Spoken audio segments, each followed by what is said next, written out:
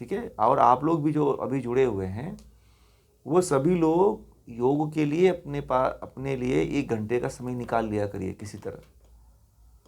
समझ में आ रही बात? क्योंकि बहुत महत्वपूर्ण विषय चल रहा है। पहले मैंने जो योग दर्शन पढ़ाया था वो किताबी माध्यम से पढ़ाया था, परंतु इस बार का जो मैं योग दर्शन पढ़ा रहा हूँ वो मैं प्रयोगात्मक रूप से पढ़ा रहा हूँ। ठीक है।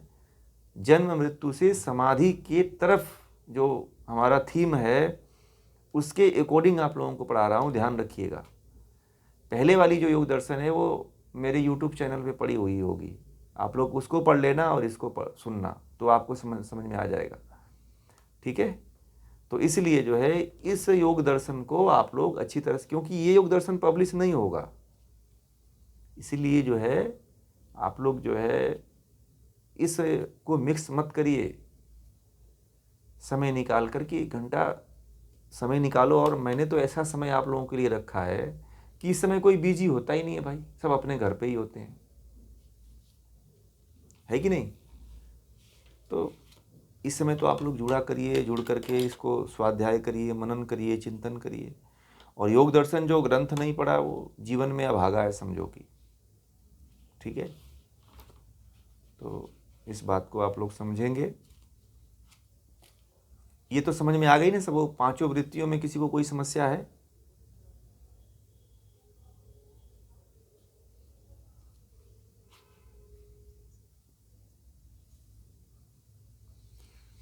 लिख लीजिए।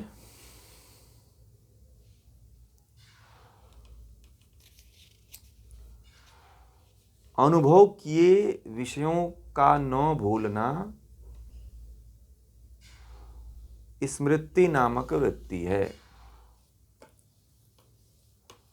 तो अनुभव किए हुए विषयों को भुला दिया करिए। विषयों को, विषय का मतलब समझ रहे हैं ना, जो इंद्रियों के द्वारा जो भोगे गए भोग हों, उन विषयों का न भूलना, बार बार याद होना, इसी को जो है स्मृति वृत्ति कहते हैं।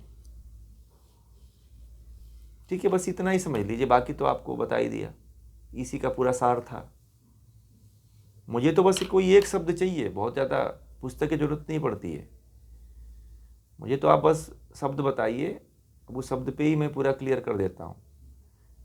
मैं कल पढ़ा दिया था आप लोगों को थोड़ा व्यास भाष्य से, इसलिए नहीं समझ में आता, पर फिर भी लास्ट में मैंने समझाया था। और आज तो मैंने व्यास जी को पकड़ा है, परंतु मैंने उसको उसी माध्यम से समझाया है आप लोगों की भाषा में। और व्यास भाष्य ही बताया है मैंने, आप लोगों को ये भी बता दूं, व्यास भाष्य ही बताता हूँ, परंतु आप लोगों की भाषा में, मैं अपनी भाषा में या किताब की भाषा में नहीं बताता हूँ, आप लोगों की भाषा में बताता हूँ कि आप लोग समझ सको इसको। और मैं बहुत ईजी करके आप लोगों को योग दर्शन बता रहा हूँ। ऐसा योग दर्शन आप लोगों को कोई सरल तरीके से नहीं बताएगा। आप लोग कहीं भी किसी के यहाँ पढ़ लेना, आप लोग देखना, वो आपको पुस्तकीय ज्ञान में उलझा देंगे। क्लियरिटी नहीं मिल पाती है कि आप क्या करोगे, इसको पढ़ने के बाद आपको क्या मिलने वाला है, यह कोई नहीं बताता है। ठीक है। या आप इसको कैसा प्रयोग करोगे। मैं ये नहीं कहता हूँ कि मैं बहुत अच्छा पढ़ाता हूँ, हाँ, मुझे इतना पता है कि मैं आप लोगों को ऐसे पढ़ा रहा हूँ कि आप लोग समझ जाओ, इतना मुझे बस पता है। मुझे ये नहीं पता है कि मैं बहुत अच्छा पढ़ाता हूँ, बस इतना मुझे पता है कि आप लोग समझ जाओ, इस तरह से रखने का मैं प्रयास करता हूँ बस, कि यह ज्ञान जो है अंतिम व्यक्ति तक पहुँचे, जो कुछ नहीं जानता है वो भी समझ ले इसको। ठीक है। तो समझ में आ रहा है कि नहीं दीपक जी? आ रहा है ना? तो और आप लोग एक काम और किया करिए कि इसके साथ साथ जो है अन्य लोगों को भी जोड़ा करिए। ठीक है। इस जो भी कोर्सेज चलते हैं, इन कोर्सेज में, योग दर्शन आदि में या कबीर में, इन सभी कोर्सों में अन्य लोगों को भी जोड़ा करिए। और क्लास में अनिवार्य रूप से जुड़े रहिए। ठीक है। आज हम जो है गए हुए थे, आप लोगों का सर्टिफिकेट थोड़ा सही करवा रहे थे एक जगह, तो वहाँ पे भी हमने सर्टिफिकेट जो बनाया है इस बार, जो पूर्ण अटेंड किए हैं उनको अलग ही थोड़ा सा मैंने उनका लिखा है, और जो अंशकालिक रूप से, अर्धकालिक रूप से, इस तरह से सर्टिफिकेट आप लोगों का बना है। जिस तरह से जो क्लास अटेंड किए हुए हैं उसी तरह से उनका सर्टिफिकेट भी बना हुआ है। ठीक है, तो क्लास की महत्ता ज़्यादा रहेगी।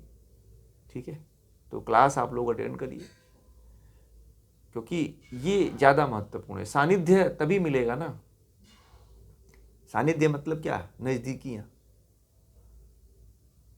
सानिध्य तभी बन पाता है भाई। हमने इसीलिए सानिध्यम योग के माध्यम से आप लोगों को पढ़ाता हूँ कि सानिध्य आप लोगों का बना रहे, हमारा भी बना रहे और आप लोगों का भी बना रहे, और आप लोग जुड़े भी रहो।